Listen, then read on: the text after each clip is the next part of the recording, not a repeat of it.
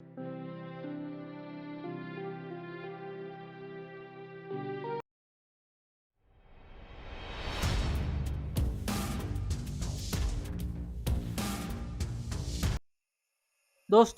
आप सभी को स्वतंत्र दिवस की हार्दिक शुभकामनाएं। आज भारत की आज़ादी का 75वां दिवस है। अगर आज आज़ाद भारत का सपना उन वीर जवानों ने ना देखी होती तो शायद आज हम अंग्रेजों की गुलामी कर रहे होते। आपके मन में यह सवाल जरूर आया होगा कि हम जो खुद को आज़ाद बोल रहे हैं, क्या वास्तव में हम आज़ाद हैं? कहने का तो हम स्वतंत्र देश में रहते हैं। हम दर्शाते भी ऐसे हैं कि हम जैसे खुले विचारों वाले, खुली सोच वाले, खुले दिल वाले इंसान इस दुनिया में और कोई नहीं है। लेकिन हकीकत पर जब गौर करें तो नजारा कुछ और ही होता है। आज भी अगर कोई लड़की को रात में काम पड़ जाए तो वह घर से बाहर निकलने में 100 बार सोचती है। अगर कोई व्यक्ति सफलता की राह में चलते चलते गिर जाए तो लोग उसे प्रोत्साहित करने के बजाय या मनोबल बढ़ाने के बजाय उसका मजाक उड़ाते हैं, उससे जलन की भावनाएं रखते हैं। जिस देश में रेप जैसी घटनाएं, लोगों में हीनता और ना जाने कितने ही अशुद्ध विचार हो, वह देश खुद को आजाद कैसे महसूस करेगा? तो चलिए आज हम सब मिलकर खुद से यह वचन लेते हैं कि देश की प्रगति में अपना पूर्ण योगदान देंगे। किसी भी लड़की को खुद के सामने कभी भी असहज महसूस नहीं होने देंगे। हर व्यक्ति के सम्मान करेंगे, चाहे वह व्यक्ति अमीर हो या गरीब, उच्च जाति का हो या निम्न जाति। बच्चों को प्यार देंगे और बड़ों का आदर करेंगे। आप सभी को यह तो मालूम है कि हमारे देश को आज़ाद कराने के लिए ना जाने कितने वीर जवानों ने अपने प्राण की आहुति दे दी। पर क्या आपको मालूम है कि इन सब की शुरुआत कब से हुई? तो चलिए आपको बताते हैं कि इस आज़ाद भारत का सपना देखने की शुरुआत कहाँ से हुई। यह वह तारीख था जब हम भारतीयों पर हुकूमत करने वाली कंपनी यानी ईस्ट इंडिया कंपनी की नींव रखी गई थी।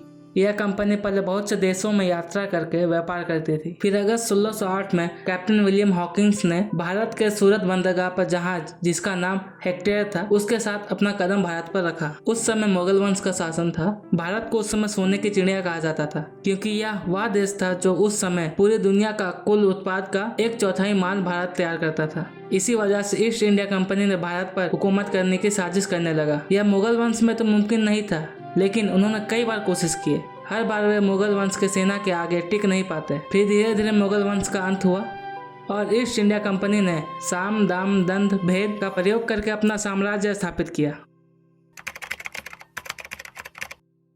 इन दिनों मैसूर शहर एकमात्र ऐसा शहर था जो ईस्ट इंडिया कंपनी के वश में नहीं था। उस समय मैसूर के राजा टीपू सुल्तान थे।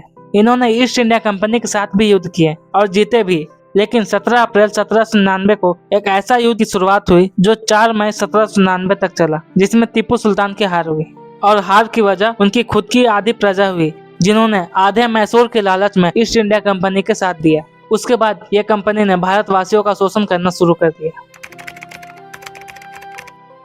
इन दिनों एक जाति कोल जनजाति हुआ करती थी, जो छोटा नागपुर के पठार इलाकों में शांतिपूर्ण जीवन जी रहे थे, जो उस समय बिहार का हिस्सा था। फिलहाल यह अभी झारखंड का हिस्सा है।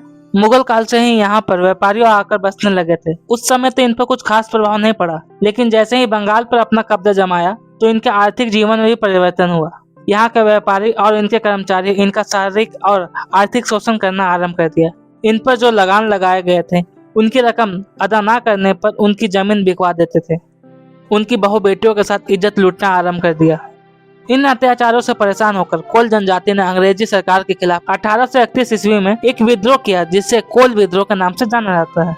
इसके बाद 1855 में संथाल विद्रोह, 1897 का विद्रोह, बंगाल विभाजन, स्वदेशी आंदोलन, दांडी यात्रा, जलियांवाला बाग हत्याकांड, असहयोग आंदोलन, खिलाफत आंदोलन, सवनीय अवज्ञा आंदोलन, दिल्ली विधानसभा पर बमबारी, भारत छोड़ो आंदोलन, आजाद हिंद फौज, ना जाने कितने ही विद्रोह और वीरों के लहू बहने के बाद हम इस देश में आजादी की सांस ले रहे हैं।